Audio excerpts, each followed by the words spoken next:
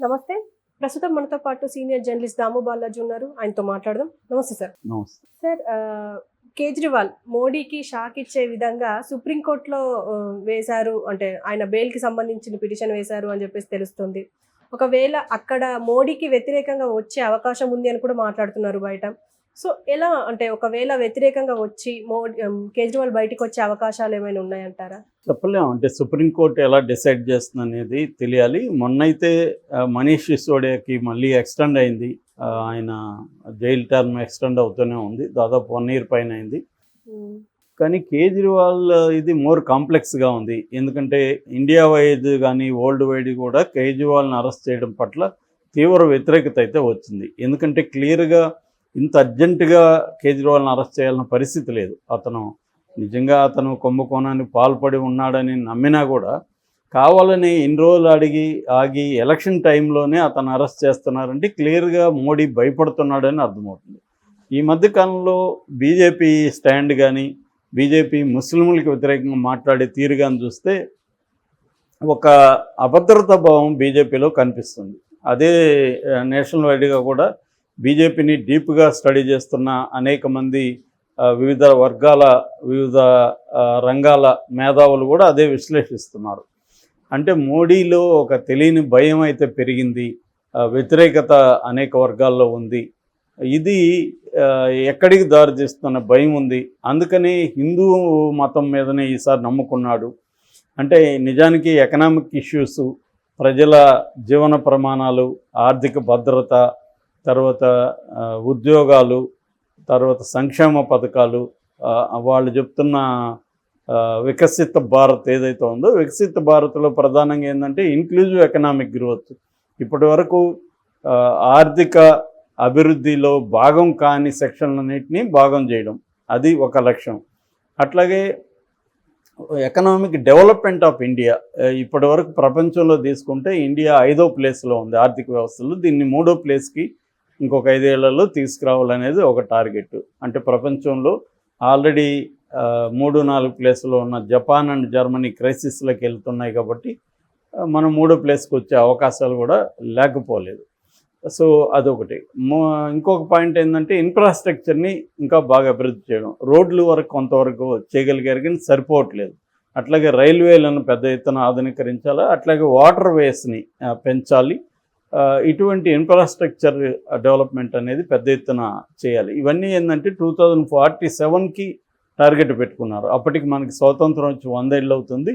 So 100 ఏళ్లలో ఏమేమి అభివృద్ధి ఉందని చెప్పడానికి, మేజర్ అభివృద్ధి అంతా కూడా బీజేపీ హయాంలో జరిగిందని చెప్పుకోవడానికి కూడా వీళ్ళు ఒక ప్లాన్ వేసుకున్నారు.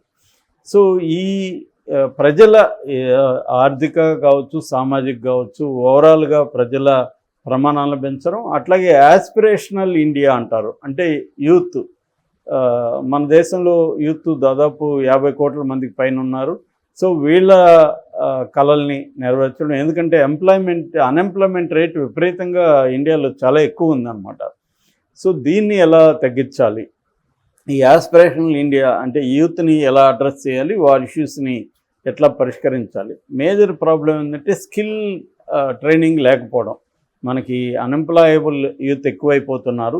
అంటే ఫర్ ఎగ్జాంపుల్ సంవత్సరానికి 15 లక్షల మంది ఇంజనీరింగ్ గ్రాడ్యుయేట్స్ తయారవుతుంటే అందులో 50% దాదాపు 7-8 లక్షల మంది అన్ఎంప్లాయబుల్. అంటే వాళ్ళకి ఉద్యోగాలు వచ్చే పరిస్థితే లేదు. ఎందుకంటే వాళ్ళ స్కిల్ సెట్ సరిపోదన్నమాట.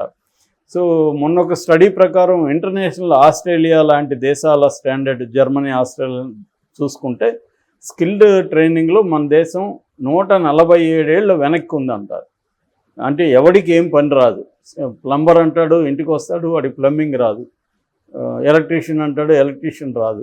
పెయింటర్ అంటాడు, పెయింటింగ్, ఏ వరకు ఎవడికి రాని వాళ్ళే తిరుగుతున్నారు మొత్తం వాళ్ళు. సో అంటే ఏంటి, ప్రాపర్ ట్రైనింగ్ లేదు. యూత్ ఉన్నారు కానీ యూత్కి ప్రాపర్ ట్రైనింగ్ లేదు. మనకి ఇప్పటికి కూడా అబద్ధాలు చెప్పి వీళ్ళు అబద్ధాల హామీలు ఇచ్చి నిరుద్యోగులకి మేము ఉద్యోగాలు ఇస్తాం, గవర్నమెంట్ ఉద్యోగాల మీద భ్రమ కలిగిస్తున్నారు తప్ప ఆయా రంగాల్లో వాళ్ళకి ట్రైనింగ్ ఇవ్వడం అనేది లేదు. నేను ఆ మధ్య ఒక ఎన్జిఓ తరఫున మధ్యప్రదేశ్ వెళ్తే అక్కడ ట్రైబల్స్ విపరీతంగా ఉన్నాయి. అక్కడ ట్రైబల్ డిస్ట్రిక్ట్స్ చాలా ఉన్నాయన్నమాట. ఆ ట్రైబల్ డిస్ట్రిక్ట్లో ఎడ్యుకేషన్ తక్కువ ఉంటుంది, 10th వరకు చదివిన వాళ్ళు చాలా తక్కువ ఉంటారు. అట్లాంటి వాళ్ళకి ఎక్కువగా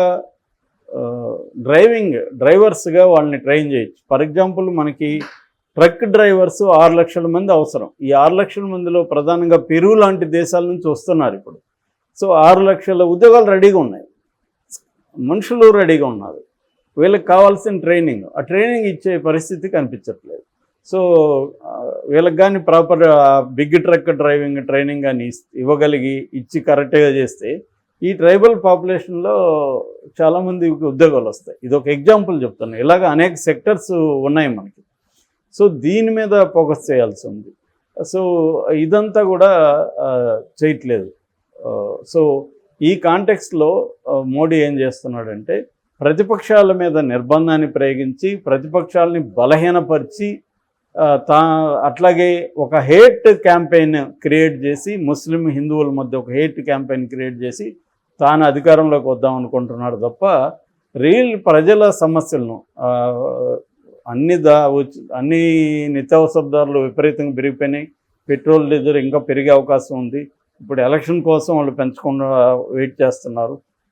సో అట్లాగే నిరుద్యోగ సమస్య ఉంది.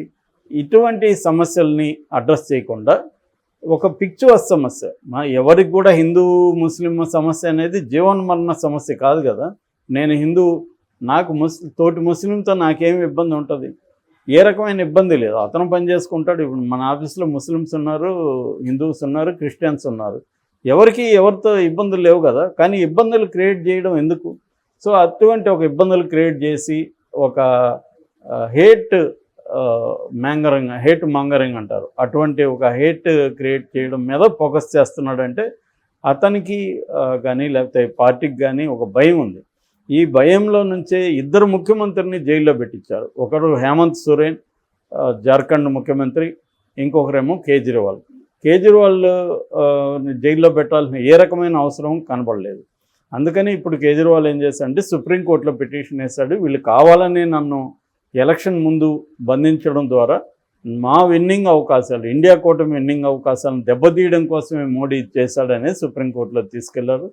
సో ఆయన వాదనలు ఏంటంటే వీళ్ళు నా దగ్గర వర్చువల్గా నన్ను ఇంటర్వ్యూలు విచారించుండొచ్చు, పత్రాల కోసం నాకు ఒక టీముని నా దగ్గరికి పంపించుండొచ్చు. నేను ఒక సీఎంగా ఉన్నాను కాబట్టి నేను అనేక పనులలో బిజీగా ఉంటాను. అవి కాకుండా కావాలనే వీళ్ళు వేధించడం కోసం 9 సార్లు నన్ను పిలిచారు. 9 సార్లు నేను ప్రాపర్గానే స్పందించాను. మీరు పంపించండి ఎవరినైనా, నేను సమాధానాలు చెప్తాను, నేను మీకు ఏం కావాలో అవన్నీ ఇస్తానని చెప్పాను. లేదా మీరు వర్చువల్గా అడగండి టైం తీసుకొని, నాకు ఇక్కడ ఫిజికల్గా నేను ఉండాల్సిన అవసరం ఉందని చెప్పాను. కానీ వీళ్ళు అరెస్ట్ చేసి కావాలని పెట్టి ఆ సాగుతో 9 సార్లు వీళ్ళకి నోటీసులు ఇచ్చామని మీ దగ్గర చెప్తున్నారు. సో అది కరెక్ట్ కాదు, నన్ను వేధించడం కోసమే చేస్తున్నారు. నా వల్ల ఇప్పుడు నేను సఫర్ అయ్యేది కాకుండా ఢిల్లీ ప్రజలు సఫర్ అవుతున్నారు అనేది ఆయన చెప్పాడు. యాక్చువల్గా అయితే ముఖ్యమంత్రిగా జైల్లో ఆయన ఫంక్షనింగ్ అనేది సాధ్యం కాదు. సాధ్యం కానికుండా వీళ్ళు చేస్తారు. అది నిజంగా కోర్టులు అనుకుంటే సాధ్యమే, కానీ కోర్టులు సాధ్యం కానివ్వు.